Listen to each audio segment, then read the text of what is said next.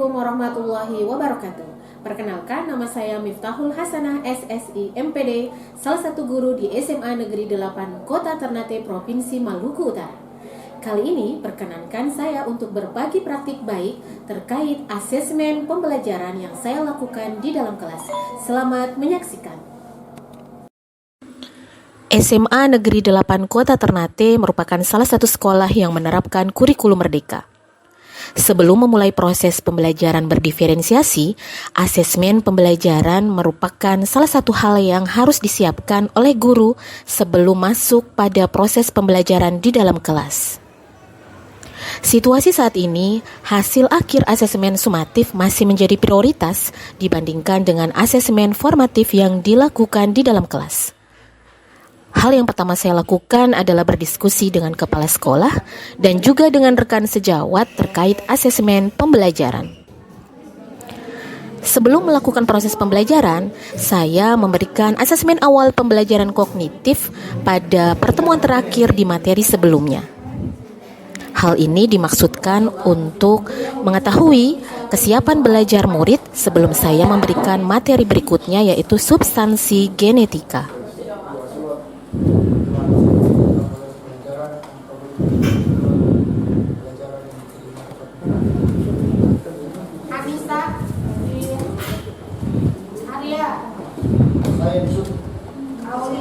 Kita mulai pembelajaran, silakan dibuka HP-nya.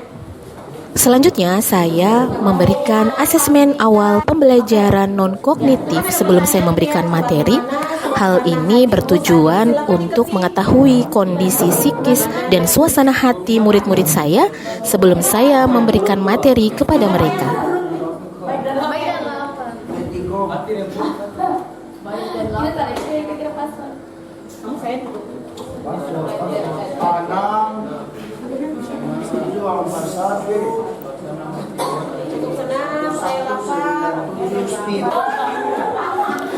Dan tidak lupa pula, saya juga memberikan ice breaking supaya proses pembelajaran pada hari itu lebih menyenangkan bagi murid-murid saya dan mereka tentunya lebih bersemangat.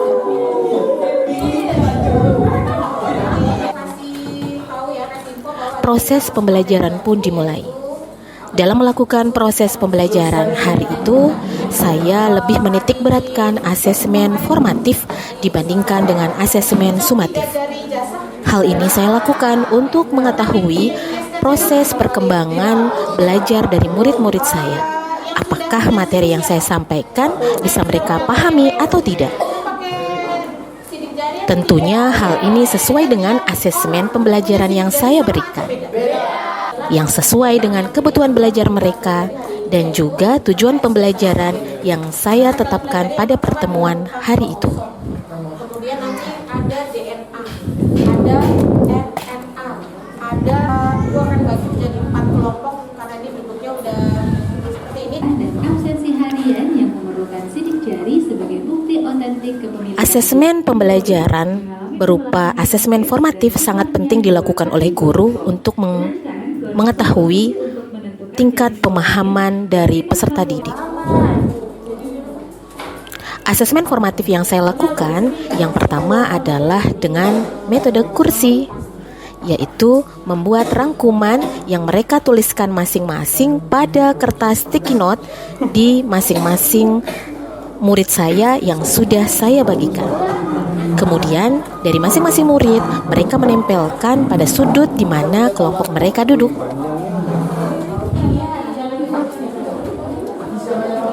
Hal ini bertujuan untuk menuangkan ide dari masing-masing murid dengan berbagai kemampuan yang berbeda sehingga mereka mempunyai hak untuk menuliskan gagasan atau pemahaman yang mereka dapatkan selama menyimak video pembelajaran yang saya berikan. Asesmen formatif ini tentunya melibatkan murid. Selanjutnya, dari masing-masing kelompok bersama dengan anggota yang lain saling memberikan saran, saling membaca hasil rangkuman temannya, dan saling memberikan umpan balik. Sehingga hal ini merupakan asesmen formatif berupa penilaian antar teman. Hal ini melatih kolaborasi mereka dan juga kepercayaan diri mereka terkait dengan apa yang mereka tulis.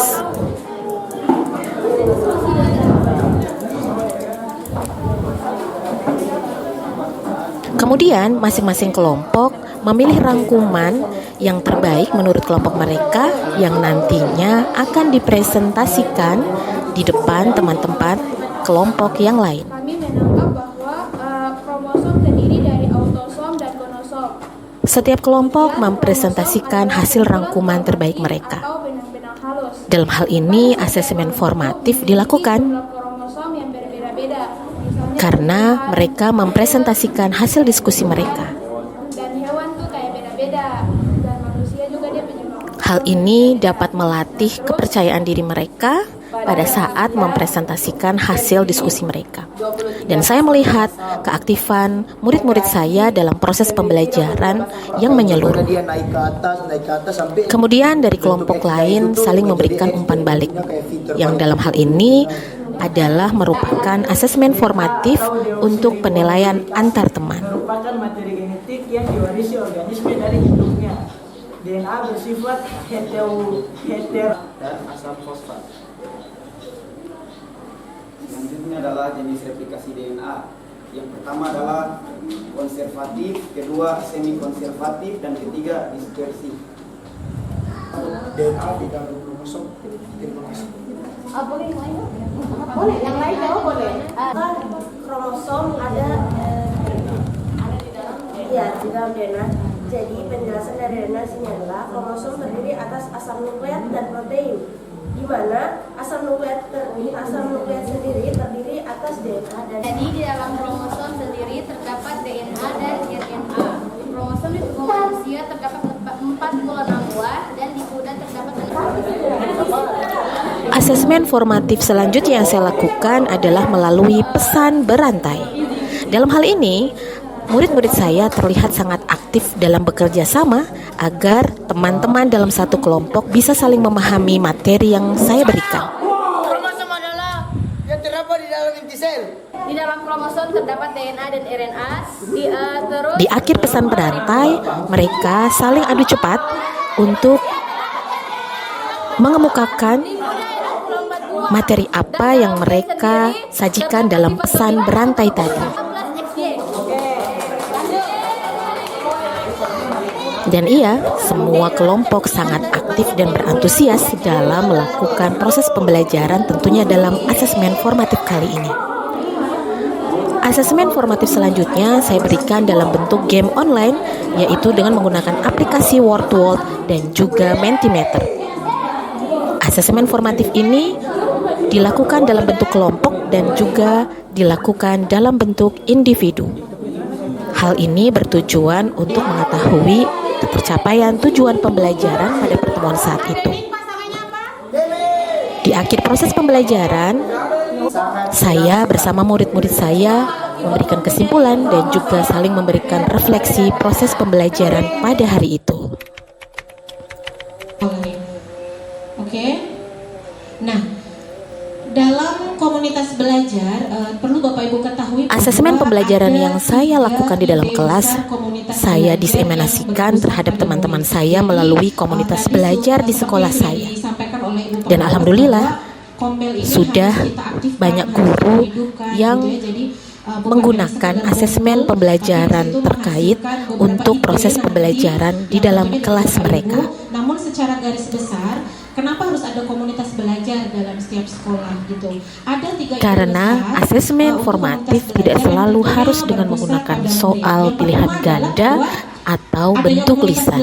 Masih banyak sekali asesmen pembelajaran yang bisa disesuaikan dengan kebutuhan belajar murid dan tentunya dapat menciptakan proses pembelajaran yang menyenangkan bagi murid-murid kita.